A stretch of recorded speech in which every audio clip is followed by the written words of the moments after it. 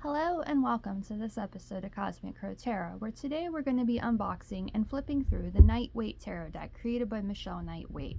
Now, as you can tell from the front of this box and the illustrations here, this is a very unique and interesting deck because there's very much color to it, but at the same time it's much black and white. So it kind of reminds us of like history in the past, those televisions and those shows and everything that was like that gray color where you could just imagine what the colors really were. So I'm really excited to get into this deck and see what the cards look like. It's never been opened before. This is the newest deck in my collection. By newest, I mean I literally opened the packaging. They shipped it in about 5 minutes ago. So I'm really excited to get to see what the cards look like. And if you're interested in seeing what the illustrations in this deck looks like, then this is absolutely the video for you. And as always, I'll leave a link in the description below of a place where you can purchase this deck for yourself. Now this is, I purchased it from Walmart.com. You know, Amazon has it as well. Any place that sells like books and decks, tarot decks and stuff like that, you're most likely going to find this deck there. So I'll pick one of those, probably the Walmart one, because that's who I got this from. And you can purchase it for yourself, for your own collection if you like it. But all we need to do to open it, you can see here, there is no cellophane or anything on it. It's very much just a box.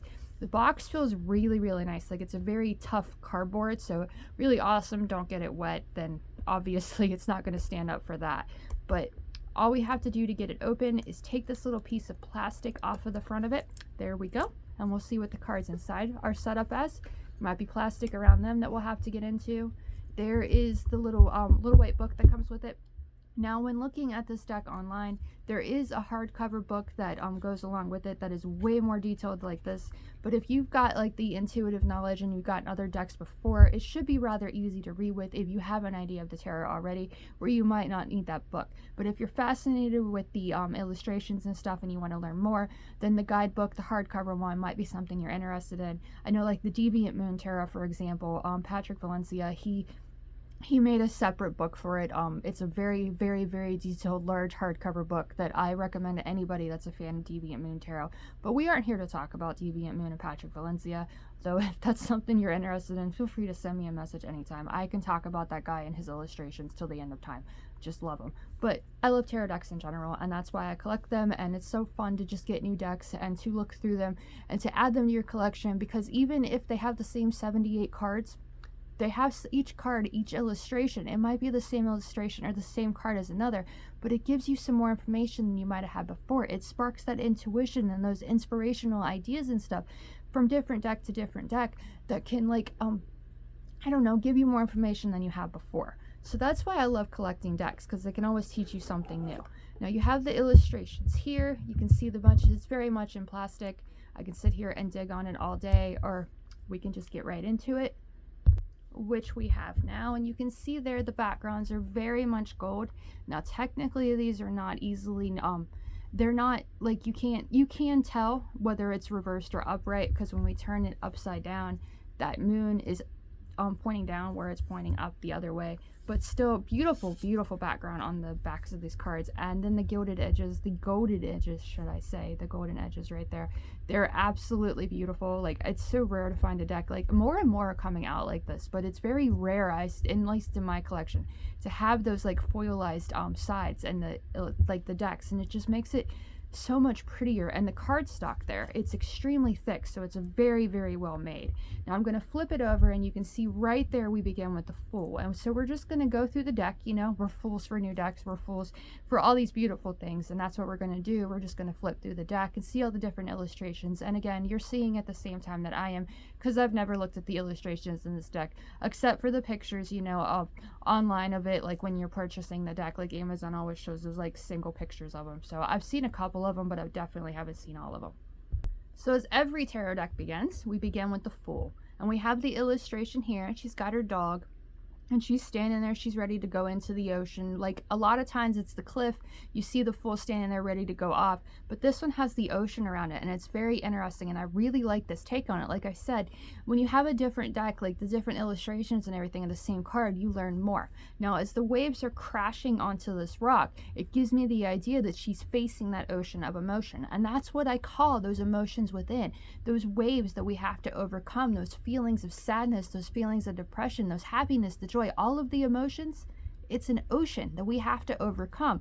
So the waves are crashing up, but she's giving hope to the skies above. She knows that she's going to take that power. She's going to take herself and be a fool for what she loves and enjoys. And then she's going to be able to go after her dreams. You know, that's the beginning of the path. That's the cosmic egg, the egg of the tarot. Taking those ideas and running with them, being a fool for what you love and enjoy. Once you take that initial leap, dive into that ocean of emotion. I'm going to get a little, there we go. It got stuck together. But we get to the Magician, you know, finding our individuality, finding our power. And here we have the illustration of the Magician. Now the Magician here, he's not that black and white that we saw with the illustration here.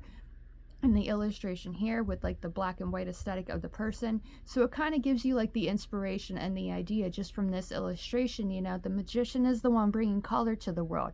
He's the one, he or she, they are the ones like bringing as above, so below, taking those ideas and that inspiration and bringing them into the world. Quite literally, and this card just like screams it to me, I'm adding color and beauty to my life. And that's kind of the energy of the Magician. Taking your own unique ideas, taking your own inspiration and creating magic, those ideas in your mind and bringing them into reality. So that is the Magician. And then we move to the High Priestess. Now this is the reason I wanted this deck. This is the absolute reason why I fell in love with it instantly, because I saw this card. Now she has the pillars around her, Boaz and Joaquin on either side of her, very much High Priestess aesthetic. But do you know who the character in the middle is? If you're a tarot addict like myself, you probably know very easily who this character is, who this woman is. All of these people are like inspirational people from the past. I think a lot of them are, but this is the one that all tarot lovers everywhere know and love, because she is the artist behind the Rider-Waite Smith, the deck created in 1909 that so many decks are created like based on and inspired by today. Arthur Edward Waite, I can't think of the right word here. I got her to paint all the illustrations you see on the Rider-Waite Smith, which is one of the first decks that actually had illustrated pips. So this is Pamela Coleman Smith, and it's just so awesome that they have made her as the High Priestess, because she is the High Priestess. Like, she's the High Priestess behind all of us. All of the decks that we see and love today, they're inspired by this woman right here. So this is such an awesome card, an awesome illustration of the High Priestess, and it just shows like the thought process that went into this deck when Michelle Knight Waite made this deck, and just shows how beautiful like she was and how much of an inspiration she was, like her intuitive thoughts and her knowledge from other places, because I've shared the Sola Busca tarot with you before. So she's gotten inspiration from that deck as well, and probably other places as well. But the main point was she trusted her intuition, and she let that grow into the tarot decks that we know and love today. So that is the High Priestess, illustrated here as Pamela Coleman Smith. And then we get to the Empress. You can see the illustration right there. Now again, I don't know exactly who this is, so I'm probably not going to like talk about, oh, like this is this person and this is this person, because I don't know exactly. It might be in the book right here, it might not. You might need that big guidebook to find out that information.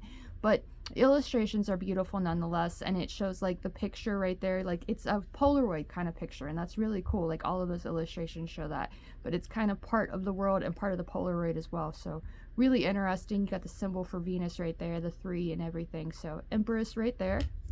The Emperor is next, and you can see that illustration right there, and he's got the rams on either side, which reminds us of the energy of Aries, which is what the Emperor is astrologically connected to. And he's got his little Ankh right there and his power, and he's holding the world in his hands. So it kind of shows that power and authority that is the Emperor. The Hierophant is next, and this dude looks very, very familiar, but I don't know who he is off the top of my head. But natural leader, person that we look up to, kind of like the Emperor right there. Structure religion, so he might be like a religious figure or something like that, but he looks very, very familiar to me. I just cannot put my finger on his name right now.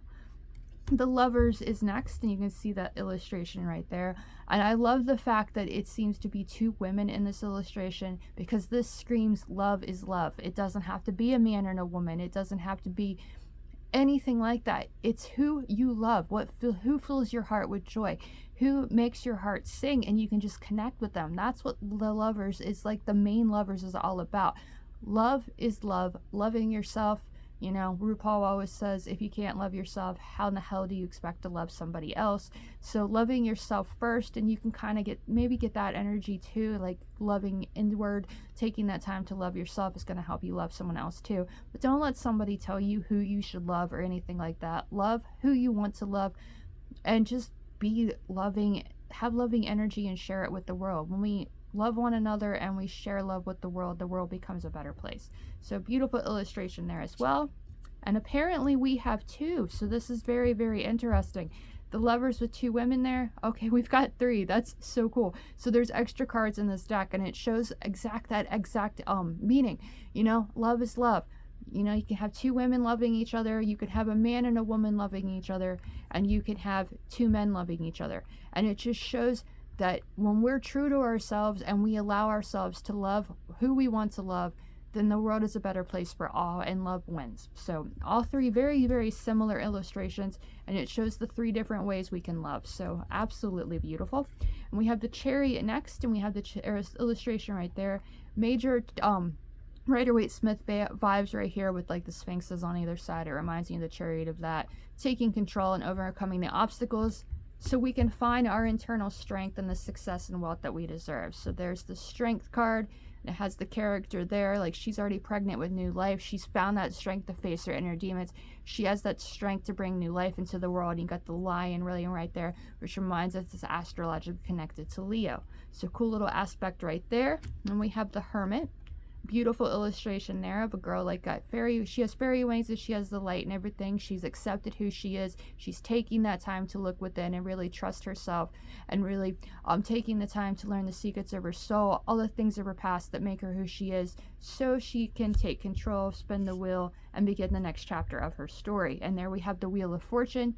You can see the different little characters down here, and the cat up there. We have an eagle there. We have a bird here, an owl here, and it's just, there's a lot going on, but the main focus here is the wheel, taking a chance, taking a risk, spinning that wheel, and beginning the next chapter of her story. I see nothing here like suggesting that it's astrologically connected to Jupiter, which is its astrological correspondence, but it is in space, so it does have that aspect of like taking your ideas and running with them. You might not know where it's going to lead you, but when you have that confidence and believe that luck is on your side, you know, you can really like have that good fortune on your side. Justice is after the Wheel of Fortune, and you can see the illustration right there.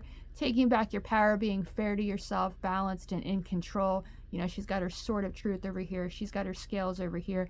They're not exactly balanced, but that kind of like gives, well, there's three of them, so I guess like some of them are balanced. But when it comes to life, the external world can feel like it's out of balance, out of sync, but when we are fair to ourselves, find balance within, we can start seeing balance and fairness externally. So like, be fair to yourself, you know, go back to the lovers, love yourself, be fair to yourself, and life will become more fair and just as well. We move from Justice to the Hanged One. Instead of the Hanged Man, it's very inclusive. It says the Hanged One, and they're hanging down upside down from the tree. Very much the energy of Odin, the god who created the runes. If you heard a little bit of a weird scratching, that was Dash, my cat, coming in and like sniffing everything and scratching on the door, because cats, if you know, hate closed doors. But anyway, back to Odin and the World Tree. There is a whole name for it. It starts with a Y. I cannot pronounce it to save my life. But that illustration very much reminds me of that. That's how he came up with the runes. He hung upside down from the tree and learned like all the information that he needed to create the runes that we still use today. So very interesting illustration. Really awesome. I love the like thought process behind that. You know, taking that time and really spending the time we need to have patience with the process and patience with ourselves as we work to create our ideas. Because that energy of 12, it reduces to 11, the number of the Empress, creativity and creation itself. We move from the Hangman to one of my favorite illustrations, or favorite cards of the tarot, which is Death. And you can see the illustration right there. Again, very, very familiar looking character. I'm going to go through the little white book before we end this video, kind of see if those names and everything are in there. But illustration of death. Death is rarely, if ever, a card of actual death. It's rebirth, regeneration, transformation, letting what needs to die you know, taking that time to process what no longer serves us so we can let it go and begin anew. But we don't fully leave those feelings behind. We don't leave the lessons behind. We take that knowledge and we apply it to the unknown, and we have this knowledge we need to like temper our doubt, temper our feelings, and really find the confidence we need to blend that past with the future and really create a new future for ourselves.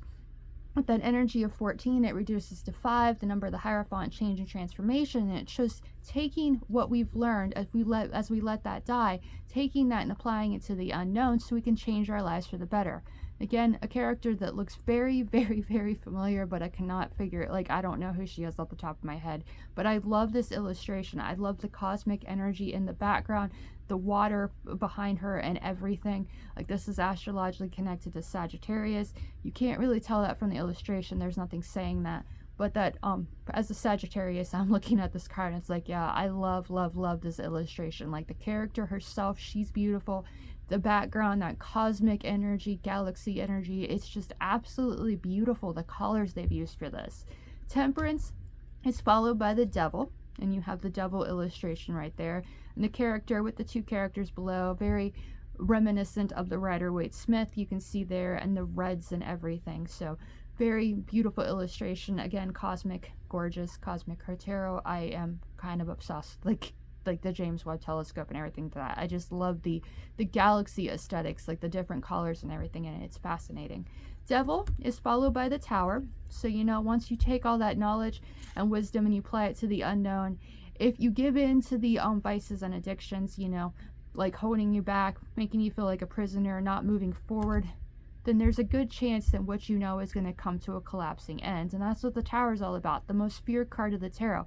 And you can see the lightning strike and the fire and everything in the background here, and the characters falling down from it. But the silver lining of the Tower and the beauty of it is there's a good chance that Tower didn't serve us any longer anyways, and once it falls, we can look at it, we can learn from it, and we can rebuild a better Tower than we had before. The Star is the card that follows the Tower in the Major Arcana sequence, and we have the Star illustration right here. And like the Magician we began with, remember that Magician was the only character that isn't black and white that we've seen so far. The Star is not black and white either. She's very much color. So think of like what the Magician was beginning to create. You know, he was bringing magic and color into the world, and he's made it through all these steps. He's given away his vices and addictions. Everything he's known has collapsed, but he's able to rebuild something better, and he finds that hope and inspiration, and he becomes the star of his story. He creates magic and color once again. So that very much kind of connects to that Magician we began with. It connects with the whole sequence, and it shows the hope and inspiration that remains even after the Tower collapses. Now, after the Star comes the Moon. So, you know, you have those dreams, those inspiration, those star powers. And when we really start believing in that star power and take our dreams and run with them, knowing that we're connected to the universe and those dreams have potential, you know, we can take those dreams and really start making something with them. That energy of 18 reduces to 9. So it reminds us to spend a little time in hermit mode, spend a little time in solitude to really take those ideas, that inspiration and those dreams, and grow them into something more. So spending that time alone to really listen to our dreams and find the synchronicities with the universe and everything that's going to help us grow them and lead us to the day in the sun that we haven't gotten to yet, because I see now the moon with the masculine and then the moon with the feminine. We have 2 different illustrations again of the moon. So that's like the lovers. We had 3 different illustrations there, and we have 2 illustrations of the moon here. So it's one of those really cool decks that has like extra cards that you didn't realize. So awesome little aspect there. But the moon, you know, once we take those dreams and we run with them, really trusting ourselves and learning the secrets of our souls, that's where we can find our days in the sun, which is the illustration right here. Very positive, very bright, very beautiful, and shows like embracing our inner child and running with those ideas can help us make every day bright and positive. Of course, even when we are learning our days, like living our days in the sun, there's still things that might be holding us back. Still things we might still want to give in to our vices and addictions. We might still have those problems, like learning from those collapses of the Tower and the negative experiences we have, which leads us to judgment. We have to forgive those past so we can learn from it, judge ourselves fairly, and Toot our own horns is the thoughts coming into my head as I look at this illustration. But just believe we are free of that past, free to judge ourselves fairly. And when we are able to forgive the past and learn from it, that's when we can feel on top of the world. And there is the illustration of the world, which completes our major arcana. And now we're going to move to the minor arcana, which begins with the suit of wands. The Ace of Wands is up first, and now this reminds me of the sun that we just met a moment ago. Like back here, I can get to it rather quickly because it's, if I think I can. Yeah, see, very much colorful, very energy, vibrant, positivity, joy, and everything like that. You know, aces are ideas, so that ace of inspiration and passion begins the suit of wands. And then we have the Two of Wands, the card that I call the Should I Stay or Should I Go card.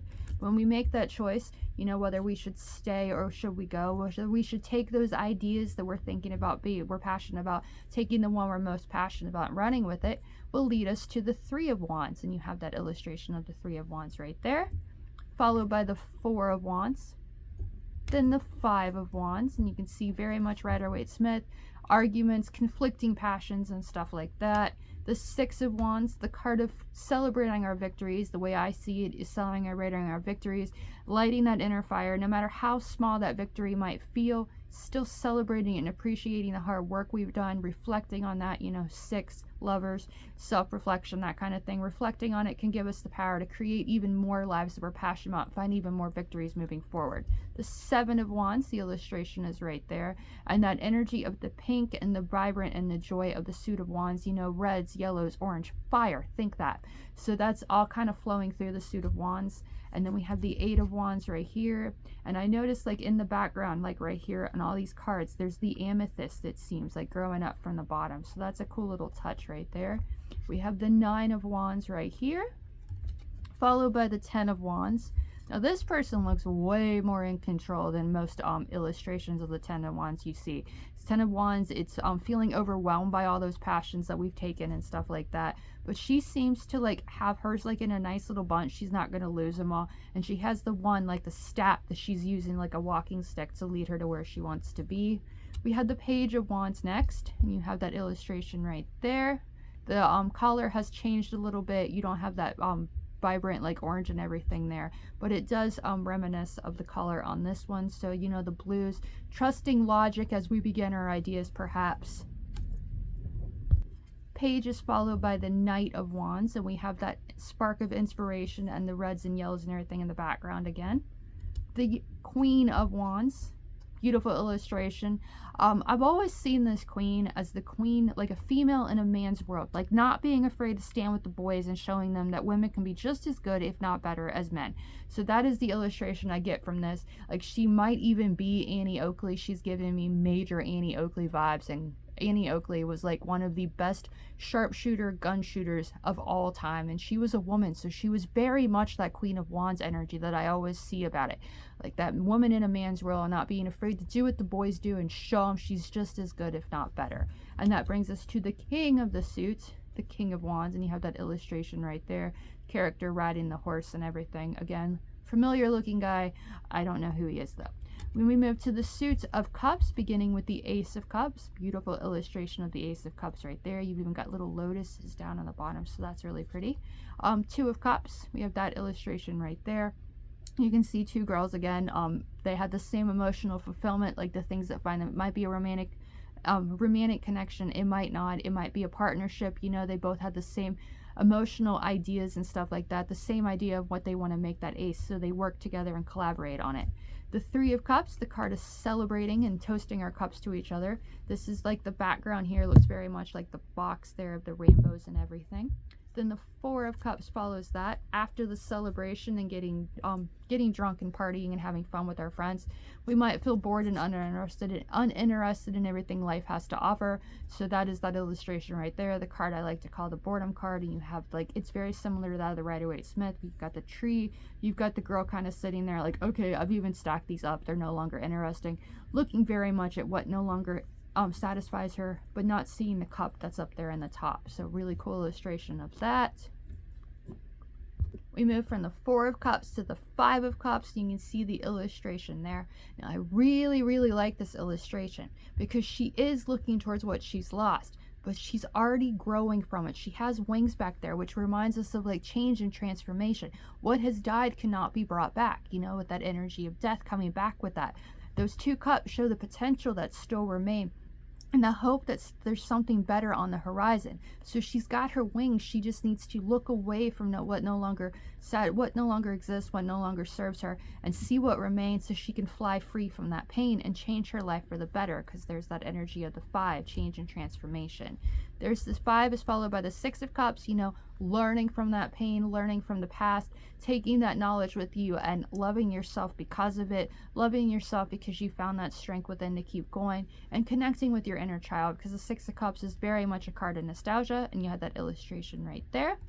7 of cups, the card of choices. You know, once you let go of the pain, I said this in my Scorpio video, my favorite sequence of any like astrological connection and of any suit is always the 5 of cups, or 5, 6, and 7 of cups, because you have the looking at the pain, holding on to that pain, not able to move forward. Then you learn from that pain, you reflect on it, and you know that you have the strength to move forward because you love yourself. And when you love yourself, you can face all those choices that you have to face and decide which one's best for you. You know, this relates back to the 7 of the major arcana. Yeah, it relates to the chariot of the major arcana, overcoming the obstacles that stand in your way and having all these choices in front of you that can very much be an obstacle that you have to face in order to overcome it and find the success and wealth that you deserve. Now, once you make that choice, we lead to the 8 of cups, and you leave behind all that stuff that no longer serves you, so you can find that success and wealth of the 8, find that internal strength to go after your dreams and create a life that emotionally fulfills you, that you're emotionally invested in. So there's the illustration of the 8 of cups. Once you make that choice, you leave all those other choices behind and follow that cup in order to make your wishes and dreams come true. Now we have the wish card of the tarot, the 9 of cups. You know, all the cups are very neatly stacked in the back. It very much looks like similar to the Rider-Waite Smith, but it's a female instead, and she's got all her money right there. She's got her jewels, she's got her cups and everything, and she knows what wish she wants to make. She knows the power is within her hands. The 9 of cups is followed by what they call that, or I call this too, the happy family card of the tarot. And what a fantastic illustration of the happy family card. Now, very often this will show a man and a woman and 2 kids, you know, mother, father, son, and daughter. That is the like perfect, picture perfect happy family. But this shows like it's whoever you feel comfortable with, whoever fills you with joy and happiness. I wish there were like animals or something in this illustration, because you know, animals, pets and everything, that makes a happy family as well. But the illustration here shows 1, 2, 3, 4, 5, 6, 7, 8, 9 people running. So I think 3, 5, 6, yeah, so about 8 or 9 people running there, and shows like the joy and happiness when we find our soul family, and the ones we can just be comfortable and enjoy our lives with, the ones that fill our cups up with joy. It makes us feel whole, complete, and just makes life more enjoyable. The 10 of cups is followed by the page of cups, the cup card that I always remind, like every time I see it, it's you need to be nicer to that inner child. You need to let that inner child have fun. So we have that fun and enjoyable page of cups right there. She's not talking to the fish, but the fish is there still inspiring her. Don't be afraid to talk to animals and be a little bit weird. Just be true to yourself and love who you are, and let that heart lead. And you can find the Knight of Cups and really let it lead you to where you want to be. A life that is emotionally fulfilling, one that you really love and enjoy. A beautiful illustration there. Knight is followed by the Queen of Cups. You know, the astrology connected Cancer, very much focused on the happiness and joy of everybody else. So definitely lets love lead her way in life, and it looks like rose quartz and everything there in the bottom. So cool little illustration there. I like the fact that they've added crystals and stuff to the backgrounds of these as well. So it's slightly collage-y. That's not a word, but I like the way it sounds, so I just made up a word. It's slightly collage-y, but it's still very easily intuitive. Like there's not that much going on, there's not a lot to like get overwhelmed by, but you have the rose quartz there. Rose quartz is very much like the crystal of love. When you need more love for yourself or more appreciation for yourself, then having a little rose quartz on you, like keeping a little piece of it in your pocket, wearing one around your neck or something like that, can help you find that love and appreciation for yourself that you deserve. And then we have the king of the suit, the masculine leader of love, love and appreciation and emotional investment, that tells us, you know, to follow our hearts in everything we do. No. Following the King of Cups is the Suit of Swords. We begin with the Ace of Swords, and we have that illustration right there. followed by the Two of Swords. I love the coloring on this, like the pinks and purples and blues and everything, and her standing on the amethyst. Just gorgeous illustration. The Three of Swords, you know, the card of heartbreak and betrayal. So that's a fun, kind of creepy little illustration of the Three of Swords right there. The Four of Swords, very reminiscent of the Rider-Waite-Smith. You've got the character there, you know, resting and reflecting. In the church, you know, what could have been her final resting place, you know, taking that time to reflect on where she's been, those heartbreaks and betrayals that she might have experienced in the past, learning what they have to teach her so she can embrace that strong foundation that she is, and start seeing herself as the victor that she really is. I love this card, and I love the meaning of this card because you can take it two ways. This is what I call the victor or the victim card. Now here he's confident in himself. He's the victor. He's got everything he needs. So you can relate to that. You can have that confidence. You can feel that you're the victor. Or you might be like so many people out there, myself included, that always sees themselves as the victims. These two characters walking away in defeat. So changing that mindset, here we have the 5. So changing that mindset to believe that we can be the victor of our story, not necessarily taking advantage of others or anything like that, but being the victor of our stories, believing we are the victor of our stories, and change that can give us the power we need to change our lives and transform them for the better. Then we have the 6 of Swords. Once we leave behind those feelings of being the victim, leave behind the stress of feeling like we're the victor and being taken advantage of all the time, we can find that time of peace and harmony. Now, many illustrations of this card, there's more than one character, suggesting that other people can help us find that time of peace and harmony. But here, though, we only have one. So we have that that message of inspiration that we have the power to leave behind the pain of the past. We have the power to leave behind the stress when we really take control of those minds. And there's that 6, that reminds us to love ourselves and appreciate ourselves. When we reflected on the past and learn the lessons that we can achieve from them, then we can move forward, overcoming the obstacles that stand in our way. Even the thieves that want to take advantage of us, the 7 of Swords is very much the thief card of the tarot, saying that, you know, others might take advantage of us, lock their cars at night, those kind of things. Very much as it's the suit of the mind. It also reminds us that our minds can be our greatest enemies. Our minds can make us feel like prisoners in our lives, which can make us feel trapped by those thoughts in our minds, trapped by those feelings. Our minds can like hold us back, not make us feel like we're as successful as we can be. So that is the 8 of Swords, feeling like a prisoner to your mind. But you can see in the illustration, there's nothing, again, like the 7 of Swords, like the 6 of Swords there. There's one person. That means it's you. You and only you have the power to overcome that doubting thought in your mind. You are the only one that can free yourself from that prison of your mind that makes you feel like you can't achieve something. So once you find that confidence to really free yourself, and she's even got her hand up here, so her hand is free to take off that mask, to free herself and move forward. Of course, even if we free ourselves from the prison of doubt in our mind, we can still fear the future, lie awake at night, and worry about what the future might hold, which is very much the 9 of Swords, the card of anxiety, and lying awake at night, not getting the good rest and relaxation that we need, you know, the good night's rest so we can begin again. There's the 9 of Swords, like 8, 9, and 10, like the suit of Swords just kind of gets negative as we go, but very cool illustration, very reminiscent of the Rider-Waite-Smith, holding on to the pain, letting the fear and inner demons hold us back to the point that we just want to give up, throw in the towel, and just not move forward. And there we have the 10 of Swords, like all the knives or swords in her back, all the people that have taken advantage of her, cause her to want to just give up, throw in the towel, and not keep going. But once she's able to take all of those swords out of her back, once she's able to learn from it, this is the 10, the completion, she can begin again, which leads us to the Page of the Suit of the Mind, card of useful information. And you can see there, they're able to look back at the past, they're able to learn from that past so that they can take that useful information, those stabbing in the back, the victors that have taken advantage of us before, the reasons our minds might be against us, taking that knowledge and wisdom and applying it to the path ahead can make us begin trusting our minds a little more. The Page is followed by the Knight of Swords, who says we can overcome whatever obstacles we face when we really trust our minds. Life is full of chaos. Life is full of reasons we might want to give up. But when we find that confidence to keep going, when we trust our minds, anything is possible. The Queen of Swords, she's experienced those painful experiences in the past. She is considered the widow of the tarot, meaning like she might have had a man in the past. She might have had, I mean, there is a King of Swords, obviously.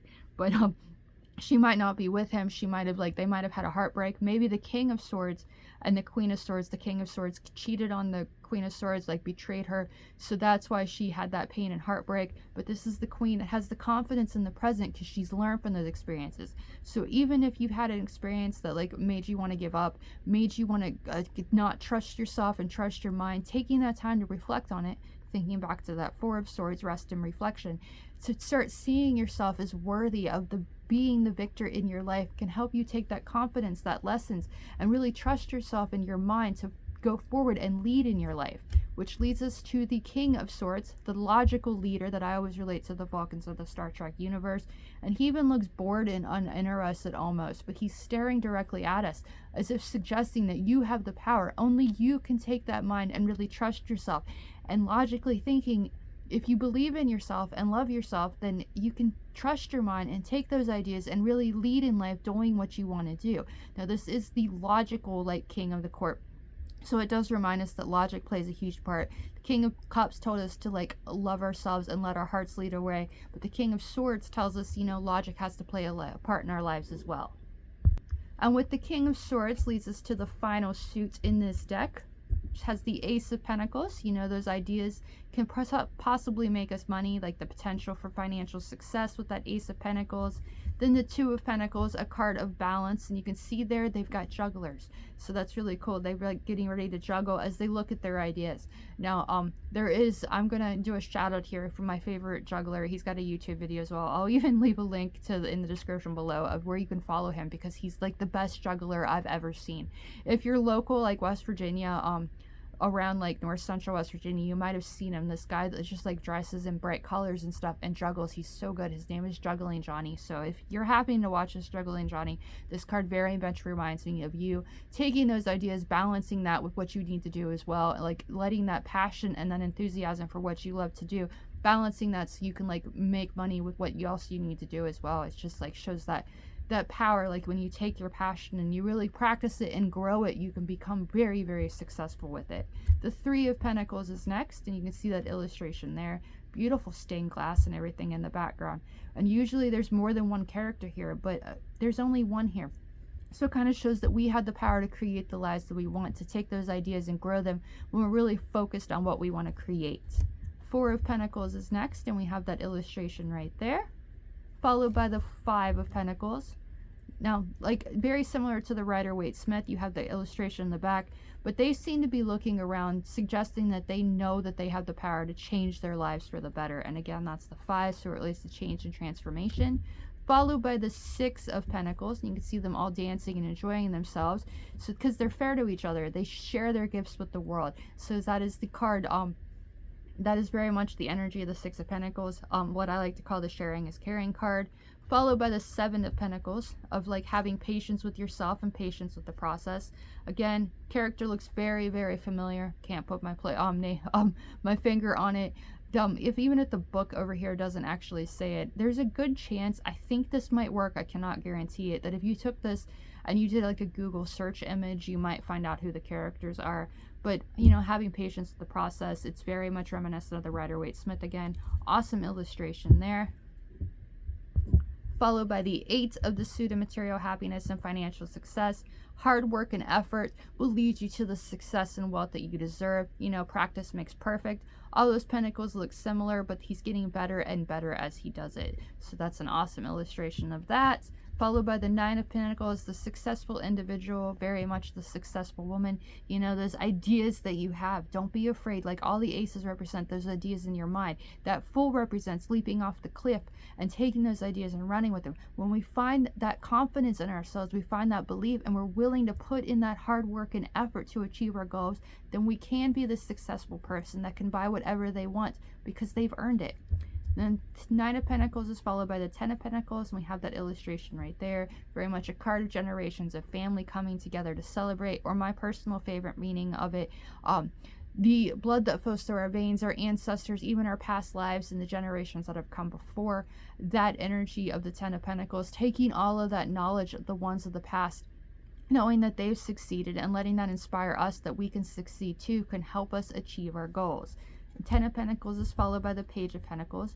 Very much a child, because we relate the pages of the tarot always relates into children, but it's embracing that inner child, focusing on what we want to create, taking that idea and running with it, being willing to do the work no matter how boring and mundane it might be, that routine, in order to achieve it. You know, he doesn't look that happy about what he's achieving, but he's got that focus, he's got that drive. He's going to take that energy, take those ideas and really run with them, so that page becomes the soldier that he needs to become in order to take those ideas and find success with them. And that leads us to the Queen of Pentacles and the King of Pentacles, both very, very successful individuals. You know, better together, better successful on their, like, together. Astrology connected to Capricorn, so it shows like that creative energy that we possess, even like that cold wintry time of season when Capricorn is.